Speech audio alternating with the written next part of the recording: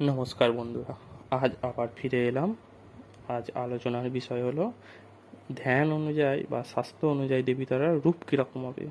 এখন প্রায়শই দেখা যায় যে মোড়ে মোড়ে, বাড়িতে বাড়িতে বিভিন্নভাবে দেবীর মূর্তি তৈরি হচ্ছে এবং সেগুলো কোনো স্বাস্থ্যর সঙ্গে যুক্ত নয়, নিজের মন মতো। এক্ষেত্রে মনে রাখতে হবে যে যে স্বাস্থ্য যেইভাবে দেবী মূর্তির কথা বলছে সেই রূপে দেবী মূর্তি তৈরি করতে হবে, এবং অন্যথা পুজোর কোনো ফল লাভ হবে না। আপনি যে এত পয়সা খরচ করছে পুজো করছেন, কিছু ফল হবে না। সেক্ষেত্রে স্বাস্থ্য অনুযায়ী দেবী মূর্তি তৈরি করতে হবে। এটা শুধু দেবী তারার ক্ষেত্রে নয়, সকল মূর্তি বা সকল দেবদেবীর ক্ষেত্রেই প্রযোজ্য।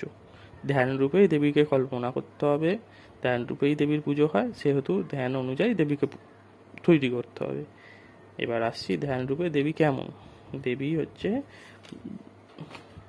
বিশ্বরূপিণী, মানে কি দেবী হলো বিশ্ব, এবং দেবী নীলবর্ণ, মানে কি দেবীর গায়ের রং হচ্ছে নীলবর্ণ, এবং তার উদর লম্বিত, মানে তার পেট হচ্ছে ফোলা বা ঝোলানো, এবং তার কোটি দেশে কোমরে ব্যাঘ্রচর্ম আবৃত ও শোভাবান, মানে কি তার কোমরে বাঘের চামড়া শোভা পাচ্ছে, এবং তার বক্ষস্থল হচ্ছে উন্নত। তার চক্ষু, মানে দেবী যেহেতু তিনটে নেত্র, দেবীর তিনটে নেত্র হচ্ছে রক্তবর্ণ, মানে কি লাল এবং গোলাকার, এবং দেবীর মাথায় জটার শোভা পাচ্ছে, এবং জটার যে চুলগুলো থাকে সেগুলো দেবীর মানে পৃষ্ঠদেশে, মানে পিঠের দিকে নেমে গেছে, পৃষ্ঠের নিচের দিকে নীল বর্ণ হয়েছে, এবং দেবীর জটাতে যে জটা আছে, জটার শীর্ষে মানে শেষে অক্ষব্যরূপী মহাদেব সাপ রূপে বিরাজ করছে, এবং দেবীর দুই পাশে নীল পদ্মের মালা লম্বমান, মানে নীল পদ্মের মালা দুদিকে দুটো ঝুলছে, এবং দেবীর জটায় হচ্ছে সাদা সাদা 5টা নরমুণ্ডের কথা উল্লেখ পাচ্ছে, এবং সেই নরমুণ্ডগুলোর অবস্থান ত্রিভুজ আকারের হবে, এবং ত্রিভুজ বা ত্রিকোণ আকৃতিতে অবস্থান করাতে হবে দেবীর জটাতে। এবারে আসছে দেবী হচ্ছে পঞ্চমুদ্রা। পঞ্চমুদ্রা কথার অর্থ হলো 5টা মুন্ডের কথা বলা হয়েছে, এবং দেবীর হাতে তক্ষক নাগ, শ্বেত তক্ষক নাগ, মানে সাদা তক্ষক নাগ দেবীর হাতে কঙ্কন তৈরি করে দিয়েছে, মানে দেবীর সাদা রঙের তক্ষক নাগ দেবীর হচ্ছে হাতের কঙ্কন তৈরি করে দিয়েছে, এবং লাল রঙের শেষনাগ দেবীর হার তৈরি করে দিয়েছে, গলার হার, এবং দেবীর পায়ের নপুর তৈরি করেছে সাদা স্বর্ণবর্ণের, মানে সোনার কালারের সাপ দিয়ে, এবং দেবীর কোমরে লাল বর্ণের সাপ দিয়ে দেবী কোমরে পেঁচিয়ে রেখেছে, এবং দেবীর হাতে দুল্প ঘাসের যেমন কালার হয় সেই কালারের সাপ দিয়ে আবার দেবী অলংকার তৈরি করেছে, এবং দেবীর 3টে নেত্রকে চন্দ্র, সূর্য, অগ্নির সঙ্গে তুলনা করা হয়েছে, এবং দেবীর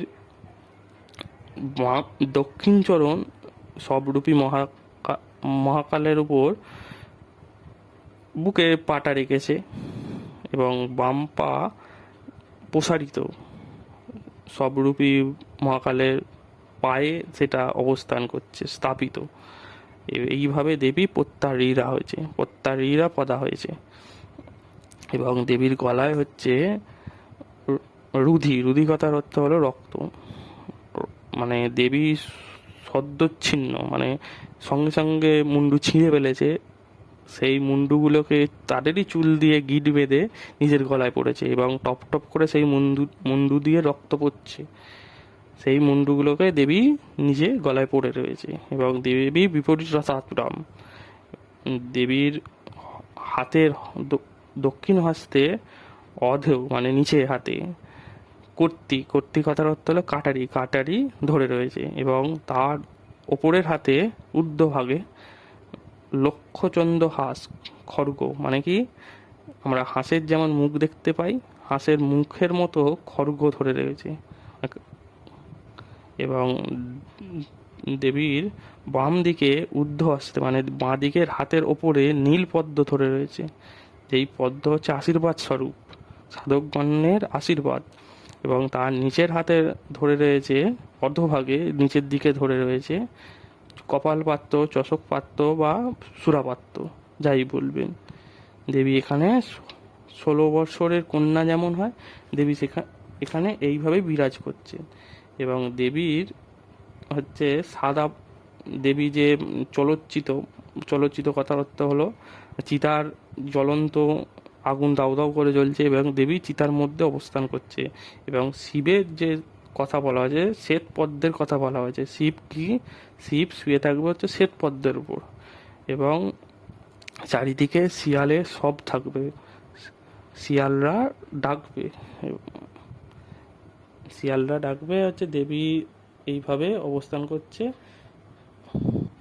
এইভাবেই গোটা তারামূর্তি তৈরি হবে। আশা করি আপনাদের ভালো লেগেছে। প্রণাম নেবেন। এখানেই আজকে রাখছি। প্রসঙ্গত বলা যেতে পারে, মূলত আমরা তারামূর্তিতে দেখতে পাই যে দেবীর বাঁ পা শিবের বুকের উপর রেখেছে, শিব সবরূপী মহাকালের বুকে, এবং তার ডান পা শিবের পায়ে অবস্থান করছে। এবার দেবী কখনো বিভিন্ন শাস্ত্রে বিভিন্ন রকম উল্লেখ পাওয়া যায়, কখনো ডান পায়ে গিয়ে যায়, কখনো বাঁ পায়ে গিয়ে যায়। এইভাবেই দেবী তার পাকে সঞ্চালন করছে।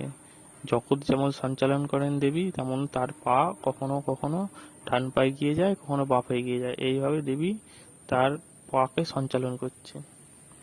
দেবী এখানে চতুর্ভুজা, মানে দেবীর 4টে হাত ও খড়বা কথার অর্থ হলো তিনি বেঁটে, মানে